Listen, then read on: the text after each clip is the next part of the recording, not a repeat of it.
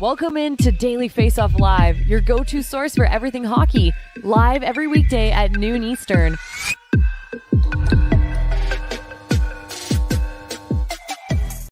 Welcome in to a Tuesday edition of Daily Faceoff Live, streaming live on the Daily Faceoff YouTube. As always, the show is brought to you by Betano. The game starts now at betano.ca. 19 plus. Please play responsibly. I come to you wearing a snapback and an old hoodie. Frank Seravalli in a perfectly pressed dress shirt. How's it going, Frank? Pretty good. In Seattle, day 2 of the NHL Board of Governors meetings, and this is the final day of meetings, but we should have a little bit more on the news front as Commissioner Gary Bettman is expected to address the media for the first time. We will get to your Board of Governors notebook in just a second, but first, some injury news from around the NHL to lead the show with. Sabres fans can exhale. Tage Thompson will make his return to the lineup. First game since November 14th. Frank, that is a big boost for Buffalo. Huge, literally and figuratively. Getting Tage Thompson back, the Sabres are hoping this allows their offense to take off. Jacob Markstrom, week-to-week fractured finger. Dustin Wolf back up from the Calgary Wranglers locker room into the Calgary Flames locker room. And Thomas Chabot is once again out for the Senators. So plenty of injury news going around. Keep it locked on dailyfaceoff.com for more updates there throughout the day. But let's start with your Board of Governors notebook, Frank, out in Seattle, like you said. And while we're expecting more news today, there were a couple of headlines from yesterday, starting with the salary cap. We learned a pretty important number. Yeah, we did. And the thing is, we didn't necessarily learn it, so to speak, because it's already been there in terms of the CBA that's in place between the NHL and the NHLPA. But the NHL confirming to the Board of Governors on Monday that the salary cap is on track to increase to $87.7 million next season. What does that mean? Well, the CBA calls for once the $1 billion debt that was due from players to owners is completely repaid, which it should be right about now in December, that next season's cap will increase by 5%. So 5% of 83.5 is 4.2 million. That's how we end up at the 87.7. So on that front, just the status quo. I think what remains to be seen is this summer, will the NHL and NHLPA negotiate something even higher than that? Marty Walsh hinted at that in his interview with me last week on Frankly Speaking, which you can find wherever you get your podcasts, but that's a long ways off. So potentially this number is like the floor? It's the minimum. Okay. Yeah. Yeah, that's sense. And I don't want to call it the floor because there is a salary cap floor that's different than this, but the minimum that the increase could be would be $87.7 million. All right, I lobbed that one up to you. You hit it out of the park. I'll throw this one on a tee. 2024 NHL draft. Sounds like the Sphere in Las Vegas. That talk was tabled to today's portion of the meeting. And the part of it that's interesting is for the NHL, this is a significant departure in terms of what they normally might be spending on an NHL draft. It is expensive not just to be the first professional sports team, to be in the incredibly sports league, to be in the incredibly unique venue, but more than that, it costs money to not just rent it, but also to be in a spot where you can program it. That's a whole different thing for the Sphere. Is it's nice to be in there, but you've got to make it look cool. You've got to have Macklin Celebrini coming down on a rush and boom, it's right in your face to make it look awesome inside the Sphere. To dress up an NHL draft, that's really expensive. And so the question today is, will the NHL's Board of Governors rubber stamp what would be a pretty expensive draft? The expectation is yes. We don't have any insight that the league is even looking at an alternative site, but we'll see if the league announces today officially that the Sphere is home of the 2024 draft. Yeah, but if they're going to stop doing this whole thing where everyone comes together for the draft, if this is the last year, then you spend big on it, right? Like go out with a bang. Why not? That was the thought process from the NHL was chef's kiss. Let's send it off in the traditional format, exactly like that. Okay, and I'll wrap up with this. Michael Andlauer spoke to the media and had a few interesting notes to say, but if you're a Senators fan sitting here banging your fist on the table going, we want change, your hand's going to get sore. Yeah, it is. I think the Andlauer and Staios team is pretty reluctant to make a change with the coaching staff. They've been preaching stability. They have 7 games in hand on teams like the Tampa Bay Lightning, as Michael Andlauer pointed out. It's an incredible number. And I'd say stay tuned. It wasn't exactly a vote of confidence for DJ Smith, but they certainly don't want to play that card if they don't have to.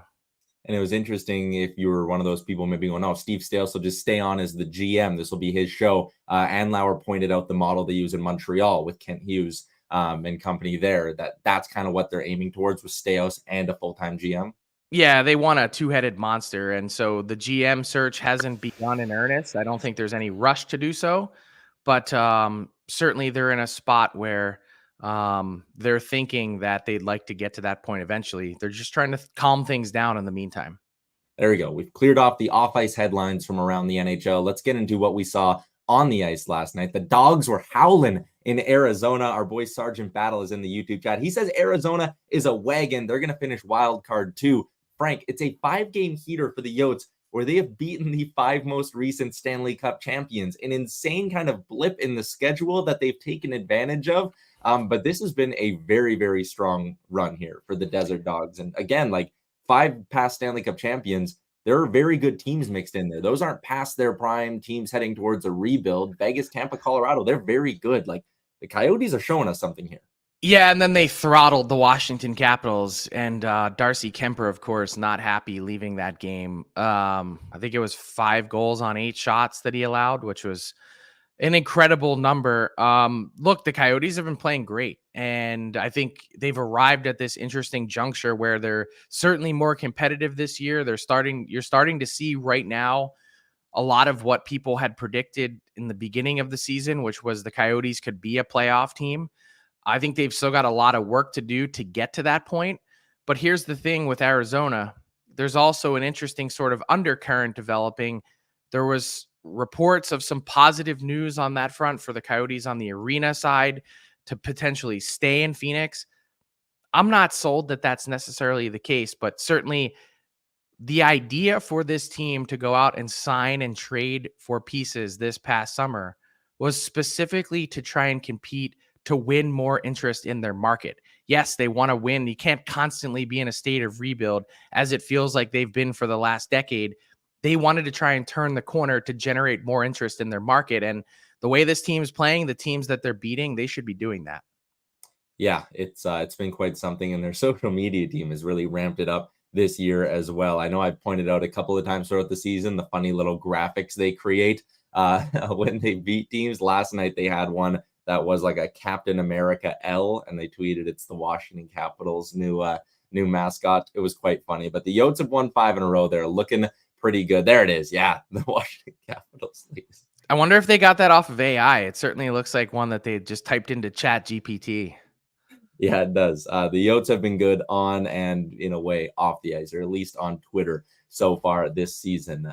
Tonight in the NHL, Frank, there's one game on the schedule that is catching everybody's attention. No, it's not Tuesday. It's Hughesday, as all 3 Hughes brothers will go head to head this evening. Quinn, Jack, and Luke.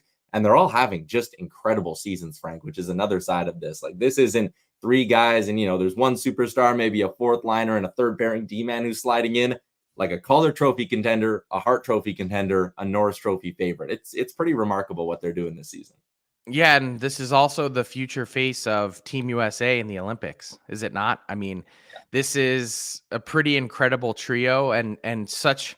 They're certainly spaced out. Like they, the difference between Quinn and Luke. Like Quinn has been in the league for a while by the time Luke was even drafted, and so that part has been fun to watch. And the reason why it deserves our attention, it's not just because it's 3 brothers, but as you mentioned, they're really just scratching the surface of the peak of their powers. You think about last year in April, all 3 Stahl brothers went head to head in a game, and we never even mentioned it because, no offense to the Stahl brothers, who certainly had their moment in the sun, at this point in their careers, they're on the back 9, if not on hole 18.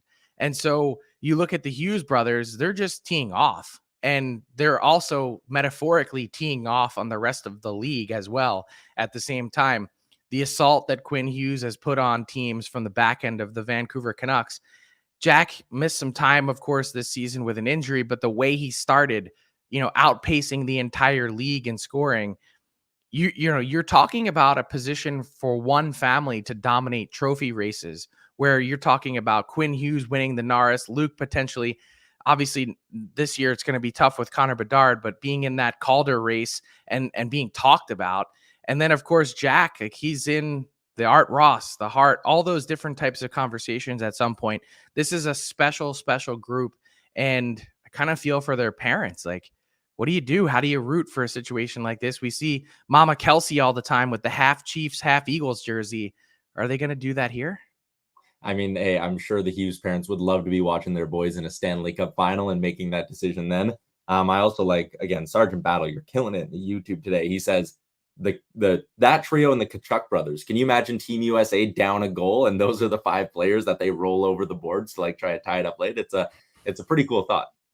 Just saying, Team USA 2026 Olympics, early Okay, favorite. two quick ones to wrap up this one with you. Luke Hughes, we'll focus on him for a quick second. What would he have to do to dethrone Connor Bedard as the Calder Trophy favorite? Like if Bedard puts up 90 points, but Hughes as a D-man puts up like 70 as a rookie, is that not maybe more impressive? 70? I mean, he's got 11 and 20. Like, I know that's a point a game pace the rest of the season. I'm probably getting a little carried away. But it's a little carried saying, away. Like for him to get to 70 would be insane. Like, is that the line though? Or if he's at 60, are you like, that's insane enough? Like he's my Calder guy. Like, is there a line? Probably not. I don't think there's any path. You would need, and knock on wood, if you're a Chicago Blackhawks fan, you would need Bedard to be missing a significant chunk of time. And then that would open the door. But short of that, I mean, I think Bedard is going to be close to touching 50 goals this year. And I certainly don't feel crazy saying what I said at the beginning of the season with a bold prediction, 100 points. He's got a lot of work to do to get there, but still 85 or 90 would be incredibly impressive for someone who, as we see in Chicago, has no help and may very well finish in 32nd place. That's quite something that Bedard's doing. And finally, this one's going to be making the rounds on social media, so I'll throw it your way. You're starting an NHL franchise. You can pick one of Quinn or Jack Hughes to start with on your team. Which one do you pick?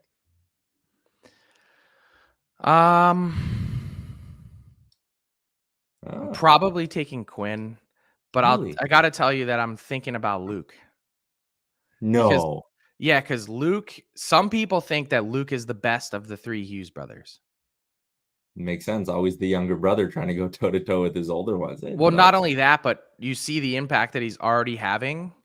It's a bigger impact that Quinn had when he was a rookie. So I love Jack. I always feel like the position he's in as a forward, I for whatever reason, and I can't shake it, I always feel like he's one hit away from being out for a significant period of time.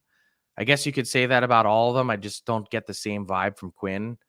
Maybe that's clouding the way I think about it.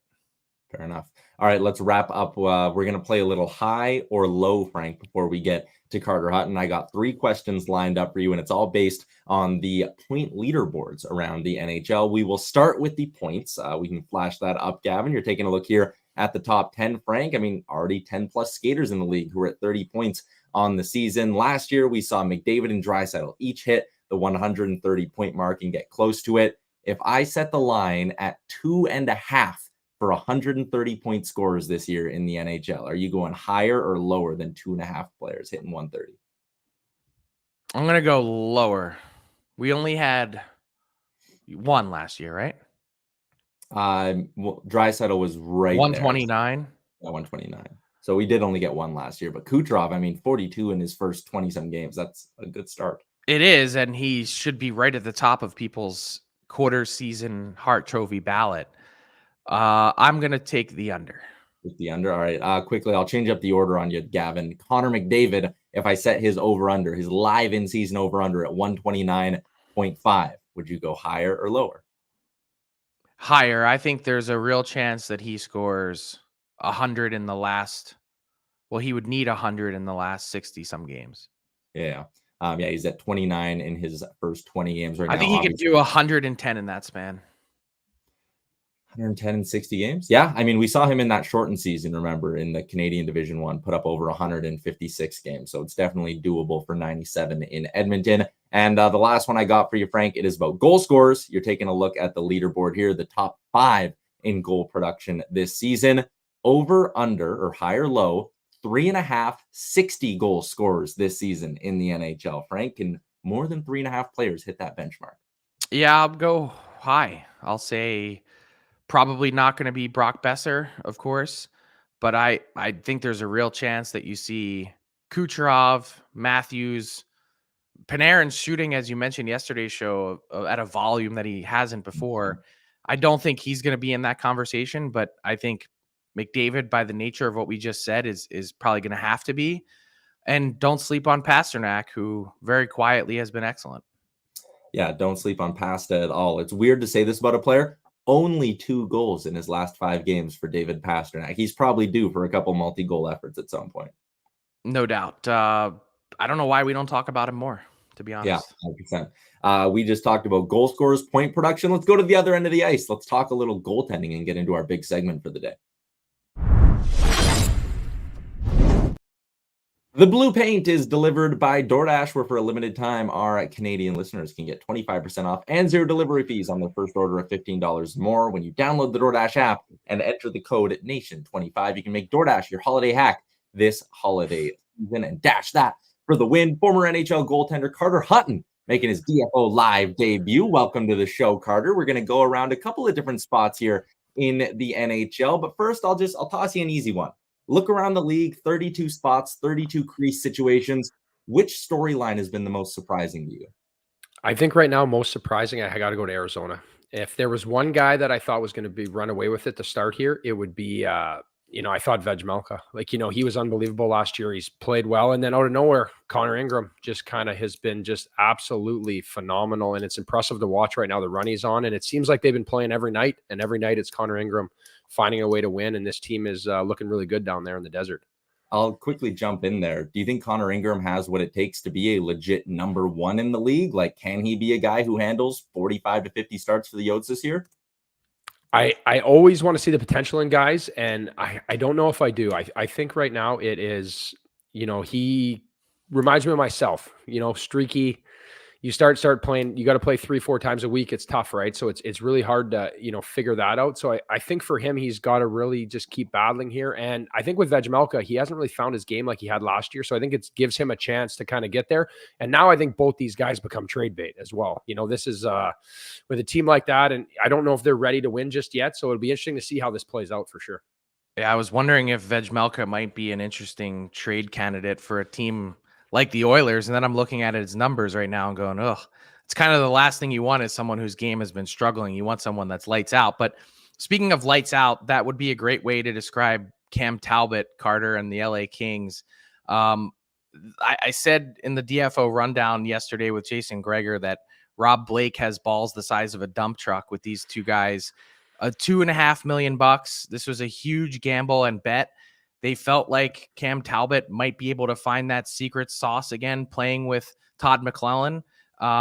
When you have a coach, Carter, that really believes in you, as McLellan clearly does with Cam Talbot, how much of a difference does that make for you as a goalie?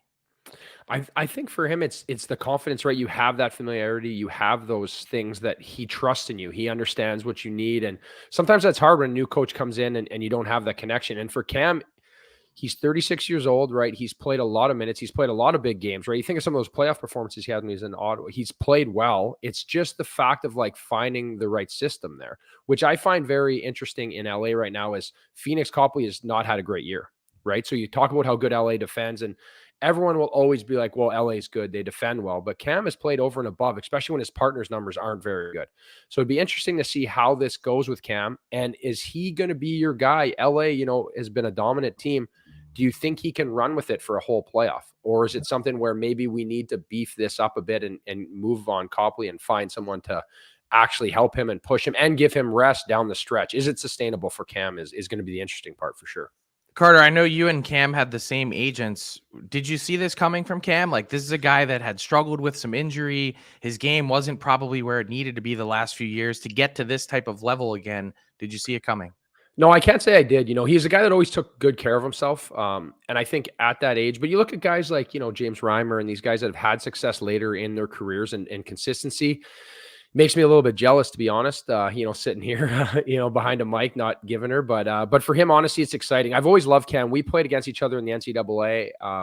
And then in the minors and then in pro. So I kind of came up with him and he was always that guy that could steal games. And I think as he got on in his career, it was finding that consistency every night where for the most part, when Cam Talbot's in net, you kind of know what you're getting, right? He's been pretty good. His game doesn't waver a ton. And now finding that, this second life, it's fun to watch and exciting for him because he's a great guy and a great family man.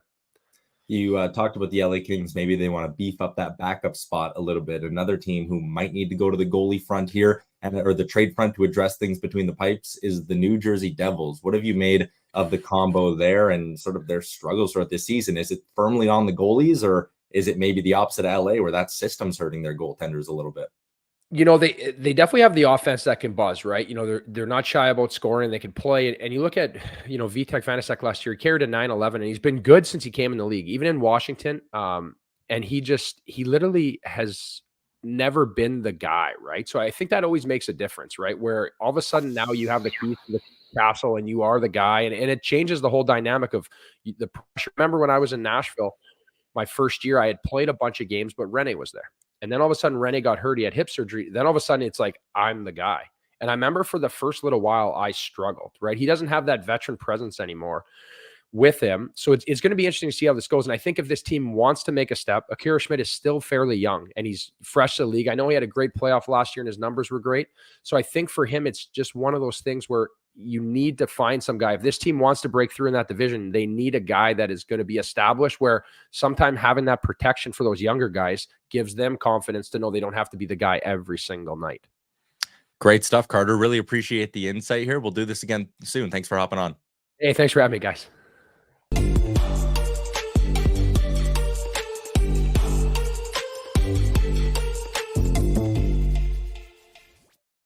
Moving along to our daily face-off inbox question, hashtag AskDFO. Frank, last night, another big night for Sean Monahan. So we got a question here. Should the Habs sell high on Monahan now or hold on to him till a little bit closer to the deadline when maybe the list of suitors would grow? I think if you get the price now, you take it. But that's me personally. There's a reason why Sean Monahan was number 2 on my trade targets board last week. I think he's the perfect ideal 3C on a contending Stanley Cup team. He's off to a great start. His big thing is health. And I think that's the real risk that you're running with the Montreal Canadiens is if you hang on to him and he gets hurt, you get nothing. So I'd rather take something now if you can find a suitor. I think part of the issue is there's not many teams that are in trade mode right now that are looking for centers, and that's the hard part. We talked about the Hughes brothers earlier in the show. We got a question from Maddie Hughes over on the YouTube who said, Frank, which city has the better food, Stockholm or Seattle? Ooh, I'm going to say Seattle. I like seafood. Not that you can't get that in Stockholm, but I had some great oysters yesterday, little chowder action as well. And then tonight I'm going to get some sushi. So that's what I'm excited for. Ooh, nice. Connor is in with one as well. He wants to know if there's anything to Evgeny Kuznetsov getting healthy, scratched in Washington. Any update there? Yeah, I kind of am kicking myself. Last week on the trade targets board, I flirted with the idea of putting Kuznetsov on, and I know they're trying to get rid of him. I know that he would like a change of scenery. Watching the first 10, 15, 20 games of the season, it was like, man, this is someone who showed up and wanted to play this year. And while some might think that might help on the trade front, I'm also looking at the cap sort of being squarely in the mix right now. But then you see this healthy scratch come along and you're like, geez, this certainly feels like a situation that might be evolving or devolving more appropriately. So certainly something to keep an eye on. One more season after this one at $7.8 million. So certainly not an easy contract to get out of. The other thing too, modified no trade clause, 15-team no trade list. But I don't think he would I think like you said, he's probably open to a change of scenery. Well, let's say he gets to 65 or 70 points. Is $7.8 million that outrageous for one more year? And he's a centerman. Yeah. I think he's got a game-breaking ability that when he's engaged, he's as good as anyone in the league. It just, you can't get that consistently out of him. And I think they're dying to see more of it.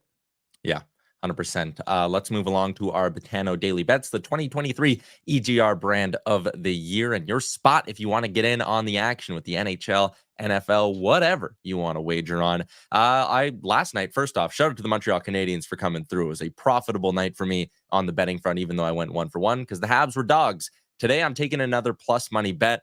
I think the Rangers should be way bigger favorites than this, Frank. They're minus 133 on the money line and a fantastic plus 167 on the puck line. Now, there's a couple factors that I understand why. Like the Rangers, their last 3 wins have failed to cover the puck line. The Senators are on home ice, and they're a Canadian team, which usually juices up the odds a little bit. But I'm taking advantage of this really nice price tag at plus 167. The Rangers have been one of, if not the best team in the NHL this year, and they're getting healthy. So I like the Rangers at this price point. Getting a little greedy on the puck line, but I trust it. And as our producer Gavin just pointed out, Rangers 10-2-1 on the road so far this season as well. My shot prop parlay tonight, usually I go with 2 guys who are at 1.5, but Dylan Larkin's line has dropped from 3.5 to 2.5. He's had 4+ shots in 4 straight games, so I like including him as a part of today's parlay.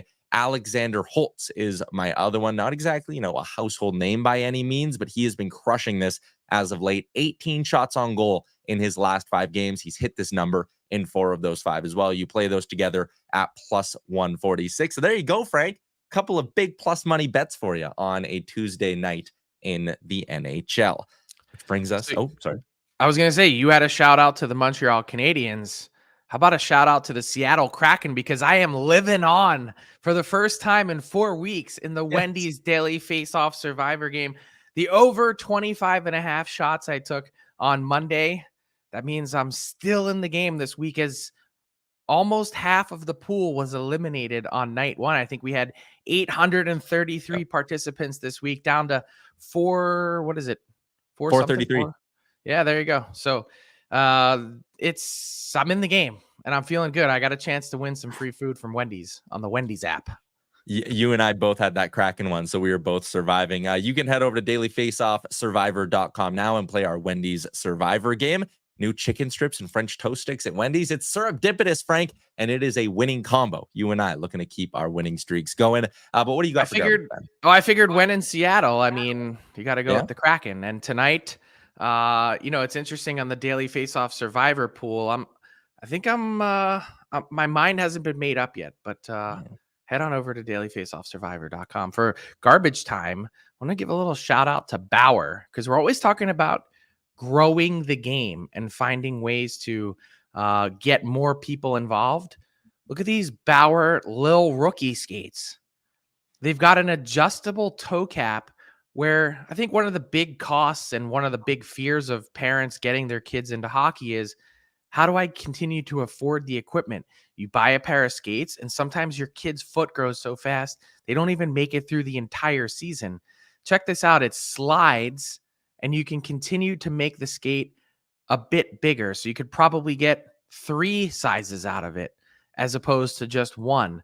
Certainly a nice little innovation from Bauer. I love seeing little things like this that could just, even if it brings in a few hundred more people to try out hockey, get it at a price point that is affordable for people, introduce them to the game, get the hook in their mouth, and you got them for life.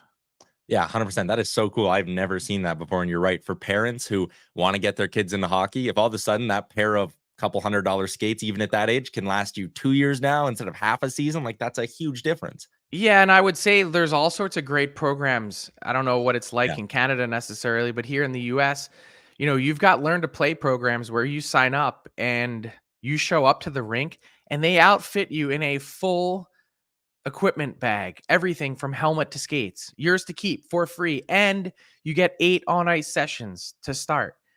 After that is when it gets real with the fees and everything else, but there's lots of ways to get introduced to the game, and if you can start to make people feel a little bit more comfortable, I personally think price point and the expense is the biggest thing holding hockey back from really growing in the US. I was at a sports store the other day, and the new line of sticks from one of the brands for the senior sticks, $399 for a hockey stick. I almost had a heart attack. It's great. And it's funny because I'm sitting here going, hey, I need a new stick. I've been using mine in the backyard a lot. Like, I don't want to pay $250 for a new stick just for beer league. Like, I don't have any interest in that. Got to try and find a way to make this more affordable. Yeah, I love it. Fantastic garbage time from you, Frank. It is all brought to you by Wendy's and their new French toast sticks and chicken strips. It is quite the combo over at Wendy's. Download the Wendy's app today. Help them keep you fed for lunch. That is a wrap on today's edition of the show over on the Daily Faceoff YouTube. Shout out to Carter Hutton for swinging by today as well. And we'll be back tomorrow, 12 o'clock Eastern. Chat with you then. Oh, what? I was gonna say I remembered my pick for tonight for the Wendy's Daily Face-Off Survivor game. What is it? It's Hughesday. I'm going with a Devils win.